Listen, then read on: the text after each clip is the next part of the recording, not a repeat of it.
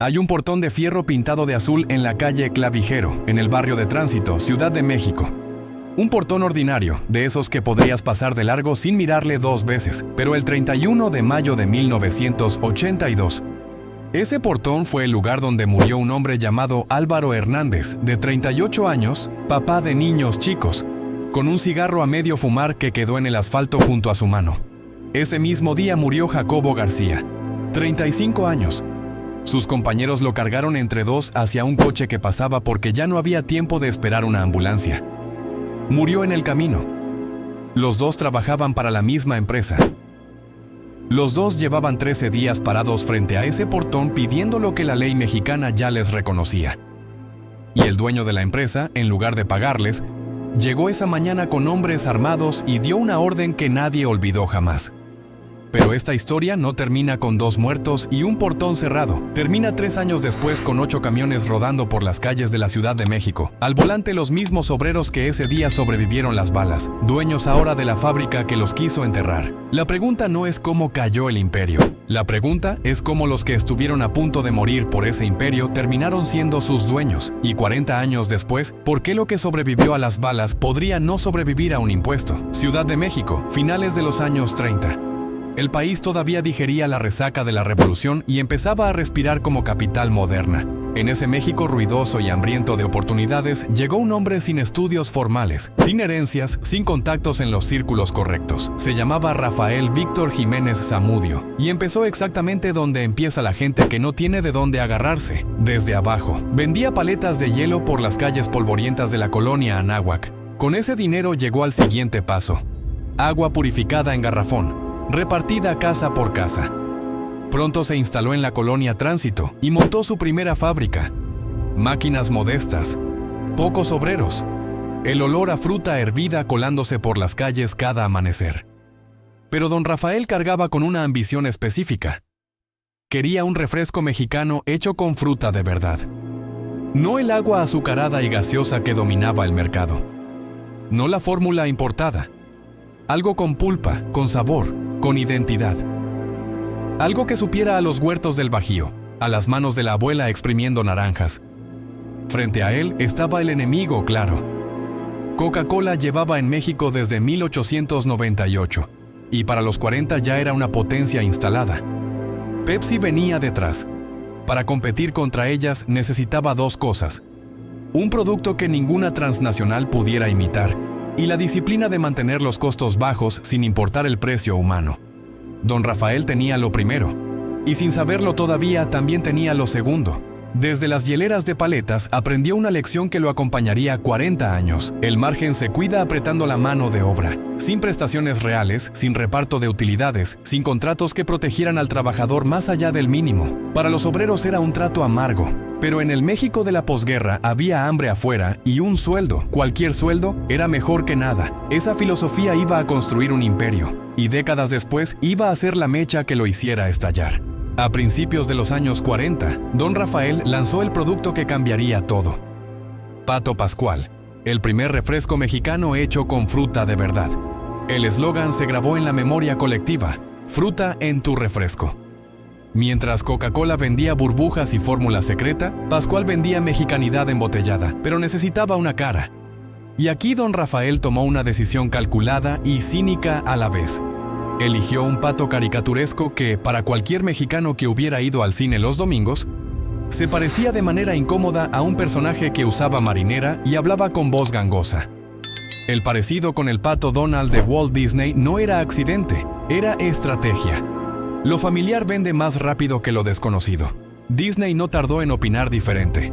Desde los años 40 los abogados de la compañía comenzaron a presionar legalmente. Así empezó una batalla que duraría más de 6 décadas, sobreviviendo a guerras, presidentes y a la propia muerte del fundador. Pero por ahora el pato seguía vendiendo, y eso era lo único que importaba. A finales de los 50 llegó Lulú, el refresco de la clase media en formación, y en los 60 llegó la jugada maestra: Boing. No era un refresco, era un jugo de fruta natural con pulpa, sin conservadores. La etiqueta lo decía sin rodeos: agítese antes de abrir. Era el agua fresca de la abuela, pero embotellada y lista para la lonchera. La apuesta más visionaria fue el envase. Don Rafael viajó hasta Suecia y negoció con los directivos de Tetra Pak los derechos exclusivos para usar en México el icónico envase triangular. Durante años, Pascual fue la única marca del país que vendía en esa forma de pirámide inclinada que se volvió tan reconocible como la botella curva de Coca-Cola. Si creciste en México entre los 60 y los 80, el envase triangular de Boeing es un recuerdo físico que tus manos guardan aunque tu mente haya olvidado los detalles. Para los años 70, el portafolio estaba completo. Pato Pascual, Lulú, Boeing y Mexicola. Una cola nacional que se atrevía a competir de frente con los gigantes del norte.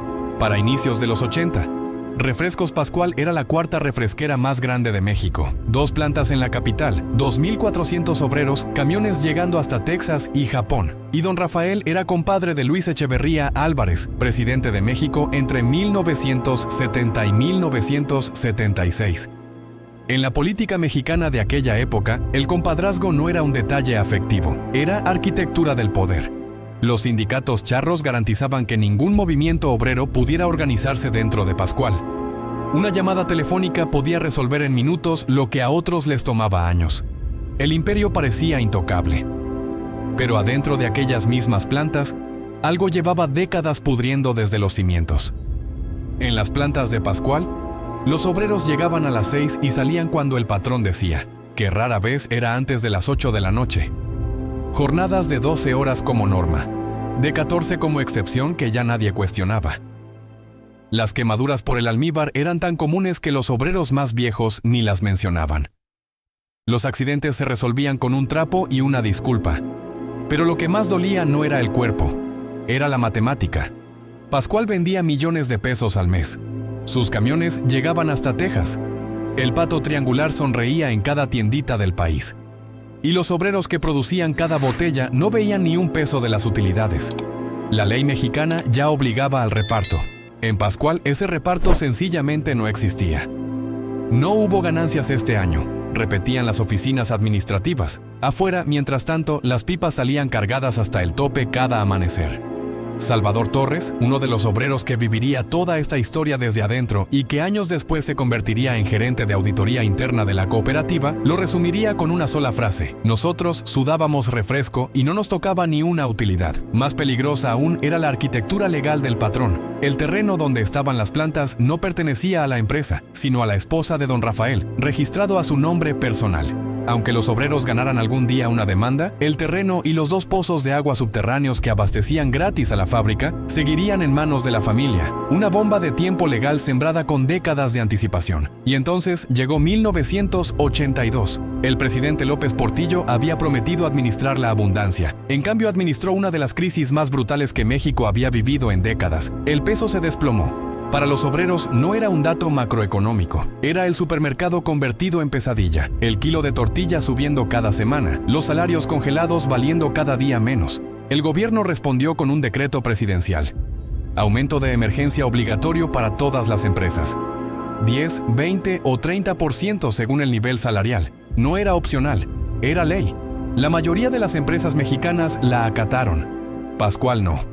En cocinas prestadas y patios traseros del barrio de Tránsito comenzaron las reuniones clandestinas. Los obreros comparaban recibos, sumaban agravios, calculaban cuánto les correspondía si la empresa cumpliera la ley. La cifra era escandalosa. Sabían que solos no podían. Necesitaban a alguien que el sistema priista no pudiera comprar con una llamada. Ese alguien tenía nombre y leyenda: Demetrio Vallejo. Martínez había liderado el gran movimiento ferrocarrilero de 1958 a 1959. Por organizarlo, el gobierno lo encarceló 11 años. Cuando salió, no se quebró.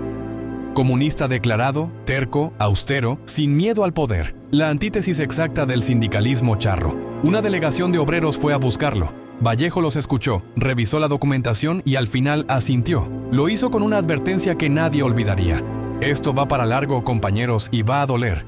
El 17 de mayo de 1982, en asamblea, los trabajadores votaron. Pregunta única: ¿estallamos huelga mañana? La mayoría aplastante levantó la mano. Esa noche, varios obreros llamaron a sus esposas para avisarles que tal vez no traerían dinero el viernes. Nadie imaginaba que en menos de 2 semanas, 2 de ellos no volverían a casa por su propio pie.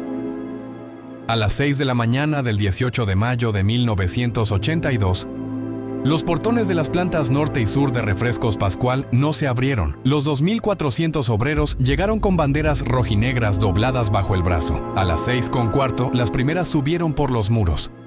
Un símbolo viejo del movimiento obrero que en ese instante lo decía todo. Huelga. Los obreros le llamaron movimiento de brazos caídos. No era violento ni sabotaje. Era literalmente negarse a producir, sentarse en silencio frente al portón. Y se sentaron.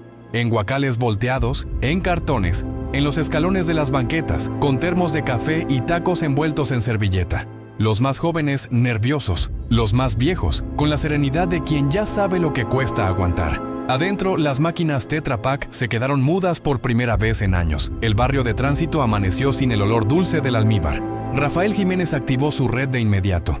Llamadas a las centrales obreras oficiales, a los abogados, a sus contactos arriba. El mensaje era uno: hay que romper la huelga antes de que se vuelva noticia nacional. Las presiones llegaron en forma de llamadas al comité. Están siendo manipulados. Si no levantan, los van a despedir a todos. Los obreros escucharon y no se movieron. Pasaron los días. 3, 5, 10. La huelga se sostenía. Sin que nadie lo planeara, el portón se convirtió en asunto de familias enteras. Las esposas llegaban con ollas de arroz y frijoles. Los hijos hacían tareas sobre cartones junto a sus padres. Los medios grandes guardaban silencio. La prensa oficialista no quería molestar al compadre de Echeverría. Solo los boletines del PMT y algunos periódicos independientes daban cuenta de lo que pasaba en Clavijero. La Junta Federal de Conciliación y Arbitraje citaba reuniones que cancelaba, pedía documentos que perdía. El sistema quería desgastar a los huelguistas hasta que se rindieran solos. Vallejo lo había anticipado. Van a tratar de cansarlos, no se cansen. Los obreros respondieron tomando por la fuerza el 7º piso de la Junta Federal en el centro de la ciudad. Lo ocuparon durante días, pegaron pancartas en las ventanas, exigieron resoluciones ante las cámaras. El 30 de mayo, Rafael Jiménez apareció en persona en el portón. Habló brevemente con el comité. Antes de subirse a su coche, dijo algo que viajó de boca en boca durante toda la noche. Mañana entro con o sin ustedes. El comité se reunió esa tarde en una vecindad cercana. Horas de discusión, algunos querían ceder. Llamaron a Vallejo. El asesor respondió sin rodeos. Si retroceden, mañana sí los despiden a todos. Si aguantan, mañana habrá testigos. Aguanten. Esa noche los obreros durmieron poco.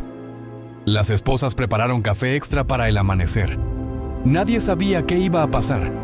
Solo sabían una cosa: las banderas rojinegras seguirían colgadas en los portones, y Rafael Jiménez no llegaría solo.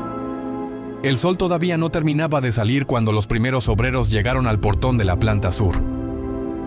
Era lunes, 31 de mayo de 1982. 13 días desde que las banderas rojinegras habían subido por los muros. El aire olía a smog, a pan de la panadería de la esquina, a tortillas recién echadas en un comal cercano. Los huelguistas se acomodaron donde siempre, sobre guacales volteados, recargados en el portón de fierro pintado de azul, repartiéndose café en vasos de plástico. Pero esa mañana algo se sentía distinto. Las esposas se quedaron más tiempo del habitual. Algunos hijos no fueron a la escuela. Una vecina apareció con un termo grande, lo dejó sin decir palabra y se persignó. Antes de irse, Álvaro Hernández llegó alrededor de las 7:30. 38 años, papá de niños pequeños. Encendió un cigarro y se acomodó cerca del centro del grupo. Jacobo García llegó unos minutos después. 35 años, uno de los más respetados del comité. Se sentó cerca de Álvaro. Intercambiaron un par de palabras, se rieron de algo, una risa corta, sin importancia, la última que cualquiera les vio. A las 8:30 los primeros coches aparecieron al final de la calle. Camionetas, autos sin placas visibles, avanzando despacio en caravana. Las pláticas se cortaron de golpe. Del primer coche bajó Rafael Jiménez. Traje oscuro, expresión cerrada. Detrás de él bajaron varios hombres, todos armados, pistolas a la cintura, algunas visibles, otras apenas disimuladas bajo las chamarras. Jiménez pidió hablar con el comité. 2 representantes se acercaron con los documentos legales en la mano. La huelga estaba reconocida. Las exigencias eran legítimas. La conversación duró pocos minutos. Los testimonios coinciden en una frase dicha en voz alta para que todos escucharan. Hoy se levanta esto, como sea. Los representantes respondieron que la huelga era legal y que no habría vuelta atrás hasta que la empresa cumpliera. Rafael Jiménez no contestó. Se giró hacia los hombres armados y dio la orden: disparen al que se oponga. Lo que siguió quedó grabado en la memoria de cada sobreviviente como una escena fragmentada y confusa. Los hombres armados avanzaron hacia el grupo. Hubo gritos, empujones. Alguien intentó cerrar el portón. Se escuchó el primer disparo. Después vinieron varios más. La gente corrió en todas direcciones. Las mujeres se tiraron al suelo o se metieron en los zaguanes de las casas vecinas. Los niños lloraban. La calle Clavijero se llenó del eco de los disparos, de los gritos, del chirrido de neumáticos sobre el asfalto. Álvaro Hernández fue atropellado por uno de los vehículos del patrón, que avanzó sin frenar contra el grupo. Cayó al pavimento. Antes de poder levantarse, recibió varios disparos. Murió ahí mismo, sobre el asfalto que durante 13 días había estado pisando como huelguista. El cigarro a medio fumar todavía en el suelo junto a su mano. Jacobo García alcanzó a correr unos metros. Las balas lo encontraron a poca distancia del portón. Sus compañeros lo levantaron como pudieron, lo cargaron entre dos, lo subieron a un coche que pasaba. Murió en el camino. 35 años. 17 obreros más resultaron heridos. La sangre se mezcló con el café derramado, con los restos del desayuno, con el polvo de la calle. Para las 9:30, las ambulancias empezaban a llegar. Los hombres armados ya se habían retirado. Rafael Jiménez se había ido. En el portón quedaron las banderas rojinegras intactas, y los huelguistas sobrevivientes no se fueron. Ninguno abandonó el portón. La noticia salió de Clavijero en horas. Para la noche, universitarios, periodistas y vecinos custodiaban el portón junto a los huelguistas. El portón de la planta sur ya no era solo el de los 2.400, era el portón de la Ciudad de México. Los funerales se convirtieron en manifestaciones. Hubo discursos, banderas rojinegras junto a las flores, promesas de que los compañeros caídos no habían muerto en vano. Rafael Jiménez creyó que había roto la huelga. Se equivocó de una manera que no tiene precedente en la historia laboral de México. Lo que el patrón no entendió ese día es que acababa de matar a su propio imperio. La huelga llevaba 13 días. Iba a durar más de 1000. Después del 31 de mayo, la huelga de Pascual ya no era un conflicto laboral. Era un símbolo. Y los símbolos no se resuelven con un cheque ni con una amenaza. Vallejo diseñó una estrategia en 3 frentes: legal, demandas por homicidio contra Jiménez, recursos ante la Junta Federal, todo documentado por duplicado. Mediático, los líderes del comité aprendieron a hablar con la prensa. La huelga se cubrió de simpatía pública masiva. Político, los obreros tomaron el 7º piso de la Junta Federal en el centro de la ciudad, lo ocuparon días enteros exigiendo resoluciones con pancartas en las ventanas. Los meses pasaban, las familias aprendieron a vivir de la solidaridad. Despensas de sindicatos independientes, colectas universitarias, donaciones de iglesias. Los propios huelguistas empezaron a embotellar bebidas artesanales en talleres improvisados para sobrevivir. Los obreros de Pascual, sin Pascual, fabricando refresco. El contexto político cambiaba. El nuevo presidente Miguel de la Madrid llegó en diciembre de 1982, con necesidad de marcar distancia del echeverrismo. Ser compadre de Echeverría ya no era el blindaje de antes. Las llamadas de Jiménez tardaban más en ser contestadas. A mediados de 1983, el patrón jugó su última carta. Declaró a Refrescos Pascual Sociedad Anónima en quiebra. El movimiento clásico del empresario acorralado: esconder los activos, transferir lo valioso a terceros, dejar la cáscara vacía para que los obreros se pelearan por ella. Lo que Rafael Jiménez no calculó es que esa quiebra se la entregó en bandeja a los trabajadores.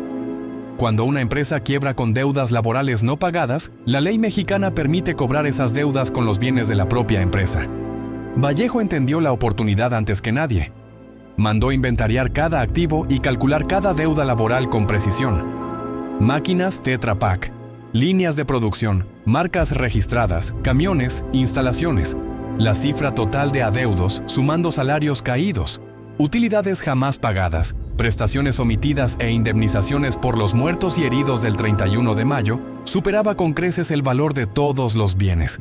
En agosto de 1984, después de más de 2 años de huelga, las autoridades laborales aceptaron lo impensable. Los bienes de Refrescos Pascual S. serían adjudicados a sus trabajadores, bajo la condición de reorganizar la empresa como sociedad cooperativa. Pero quedaban 2 problemas. El terreno seguía siendo de la esposa del patrón, la bomba legal sembrada décadas antes estaba intacta, y Jiménez seguía produciendo desde una planta en Aguascalientes con la marca que técnicamente ya no era suya. Si los obreros querían reabrir el mercado, primero tenían que aprender algo para lo que nadie los había preparado: administrar una fábrica sin patrón. A finales de 1984, con la resolución en papel pero la empresa todavía sin arrancar, los cooperativistas entraron en la fase más difícil y menos documentada de toda la historia. ¿Quién compraba la fruta? ¿Quién negociaba con los proveedores? ¿Quién llevaba la contabilidad? No había manual. Hicieron asambleas, eligieron consejos, repartieron tareas por votación, cometieron errores, los reconocieron y corrigieron. La democracia obrera, con todas sus torpezas, empezaba a tomar forma. El 27 de mayo de 1985, exactamente 3 años y 9 días después de aquella primera mañana con las banderas rojinegras, llegó el día que nadie sabía que estaban esperando. La ciudad amanecía gris, pero en la calle Clavijero junto a la antigua Planta Sur, algo se movía que no se había movido en mucho tiempo. Motores encendidos. 8 camiones con los logos todavía despintados de la vieja empresa calentaban motores en fila. Adentro, 2 o 3 cooperativistas por camión revisaban listas y rutas. No eran choferes contratados por un patrón, eran socios. Compañeros que 3 años antes habían sido baleados en ese mismo portón. La misión: llegar hasta Aguascalientes, abastecerse de producto bajo un acuerdo negociado y regresar con los camiones llenos para volver a meter Pato Pascual, Boeing y Lulú a las tienditas del país. Los camiones tomaron la carretera hacia el norte. Algunos cooperativistas iban callados mirando por la ventana. Si el viaje fallaba, si los distribuidores ya habían olvidado la marca, todo el sacrificio de 1000 días no servía para nada. En Aguascalientes el acuerdo se cumplió. Cajas y cajas de Boeing triangular subieron a los camiones. El regreso fue distinto al viaje de ida. Los camiones pesaban, los motores rugían diferente. Los cooperativistas ya no eran obreros en huelga, eran dueños de una empresa. Ese mismo 27 de mayo quedó oficialmente constituida la Sociedad Cooperativa Trabajadores de Pascual S.C.L., sin patrón, sin accionistas externos, sin dueños individuales. 2.400 socios fundadores, cada uno con voz, cada uno con voto. Las primeras semanas fueron el caos esperado, pero la rueda agarró velocidad. Las botellas volvieron a las tienditas. El olor a almíbar regresó al barrio de Tránsito. Y un año después, en mayo de 1986, los cooperativistas recibieron algo que ninguno había tocado en su vida: el primer reparto de utilidades. Salvador Torres lo contaría años después con la voz que se le quebraba. La primera vez que tuve una utilidad en la mano, lloré. Eran nuestros centavos, los que nunca nos habían dado. Álvaro Hernández y Jacobo García no estuvieron ese día. No verían el primer reparto, no probarían el sabor de ser dueños de la fábrica por la que murieron. Pero sus nombres estaban grabados en la pared de la cooperativa, donde siguen hasta hoy. El imperio había muerto. La fábrica, en cambio, acababa de renacer. Renacer es una cosa, sobrevivir, otra completamente distinta. La cooperativa apenas encontraba su ritmo cuando le cayó encima la primera demanda de peso. Disney, la compañía estadounidense que llevaba décadas presionando, volvió a la carga con más fuerza, ahora que ya no había Rafael Jiménez para maniobrar el pleito. El conflicto se alargó décadas más. Una cooperativa obrera mexicana defendiéndose contra una de las corporaciones de entretenimiento más grandes del planeta. La batalla se resolvió en 2007, 60 años después de las primeras presiones. Los cooperativistas aceptaron cambiar la imagen y lo hicieron a su manera. Convocaron a los hijos de los socios a un concurso de dibujo. De esos trazos infantiles nació el nuevo personaje, un pato blanco con gorra azul, sin ningún parecido con el de Hollywood. Lo crearon ellos, era suyo, era mexicano. La segunda bomba fue la del terreno. Victoria Valdés Cacho, viuda de Rafael Jiménez, demandó a la cooperativa en 1989 para recuperar los predios. El proceso se arrastró 14 años. En 2003, los tribunales fallaron a su favor. La cooperativa debía desalojar. Una resolución que, de cumplirse, hubiera terminado con todo. Pero entonces apareció una figura inesperada. Andrés Manuel López Obrador, en ese momento jefe de gobierno del Distrito Federal, ordenó la expropiación del terreno por causa de utilidad pública y se lo entregó a la cooperativa. La decisión fue polémica y salvó a Pascual de un desalojo que hubiera sido su final. Con esos dos frentes resueltos, la cooperativa pudo hacer lo que durante 20 años no había podido sin distracciones: crecer. Hoy Pascual opera 19 instalaciones y 30 líneas de producción. Emplea a alrededor de 5,000 personas, de las cuales unas 780 son socias cooperativistas con voz y voto. Procesa cerca de 20,000 toneladas de fruta al año con azúcar de caña, deliberadamente lejos del jarabe de alta fructosa que conquistó al resto de la industria. En 2005, Greenpeace le otorgó certificación por no usar transgénicos. Sus productos llegan a Estados Unidos, Canadá, Centroamérica, Sudamérica y China. Y entonces llegó el enemigo que ninguna bala, ningún tribunal ni transnacional había podido ser. En 2014, el gobierno mexicano impuso el primer impuesto especial a las bebidas azucaradas. La intención era razonable: reducir el consumo de refrescos en un país con cifras alarmantes de obesidad y diabetes. El problema es que el impuesto pegó parejo. No distinguió entre una cola industrial repleta de jarabe de alta fructosa y un Boeing hecho con pulpa de fruta natural. Para el fisco eran lo mismo. Las ventas de Pascual se desplomaron 50%. Fue brutal, recordaría años después José Luis Sánchez, asesor económico de la empresa. La cooperativa aguantó, pero apenas. Ahora, en 2026, llega la segunda ola. El gobierno de Claudia Sheinbaum propuso elevar ese impuesto de 1,64 a 3,8 pesos por litro. La cooperativa estima una caída de hasta 60% en sus ventas. Sus dirigentes acudieron al Congreso a pedir apoyos especiales en el presupuesto de egresos 2026.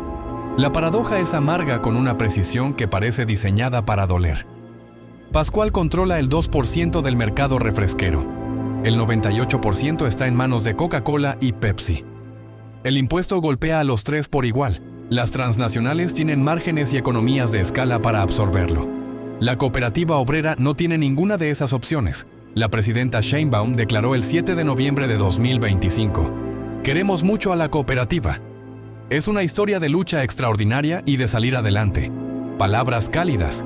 Apoyo concreto todavía por verse. La fábrica que sobrevivió a balas, a Disney, a 14 años de litigios por la tierra y a 40 años de competencia desigual, enfrenta ahora al enemigo más silencioso de todos: un número en una hoja de cálculo que alguien firmó, sin saber o sin querer saber lo que significaba para los que trabajan en las plantas de Tránsito y Clavijero. Hay 3 finales en esta historia, y ninguno es el que Rafael Jiménez escribió cuando llegó con hombres armados al portón de Clavijero. El primero es el suyo, el hombre que empezó cargando hieleras en la colonia Anáhuac y que construyó la 4ª refresquera más grande de México, terminó perdiéndolo todo: el nombre que inventó, la tierra que registró a nombre de su esposa, el pato que diseñó para competir con Disney, el compadrazgo que creyó que lo hacía intocable.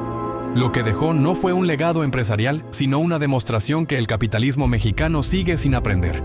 Un imperio construido sobre el sudor sin pago de su gente carga, desde el primer día, la mecha de su propio incendio. El segundo final es el de Álvaro y Jacobo. Ellos no vieron la cooperativa. No tocaron el primer reparto de utilidades. Sus nombres están grabados en una pared que nunca pisaron como dueños. 38 años uno, 35 el otro.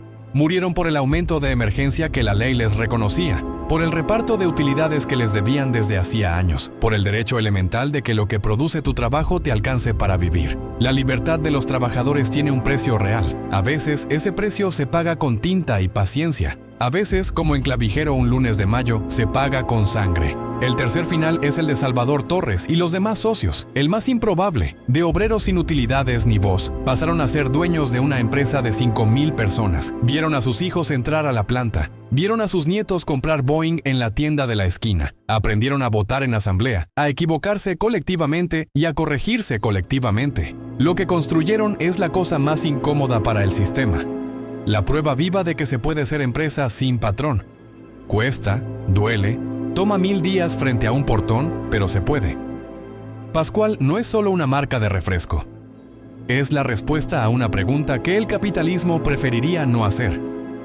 ¿Qué pasa cuando la gente a la que se le niega todo decide organizarse de todas formas?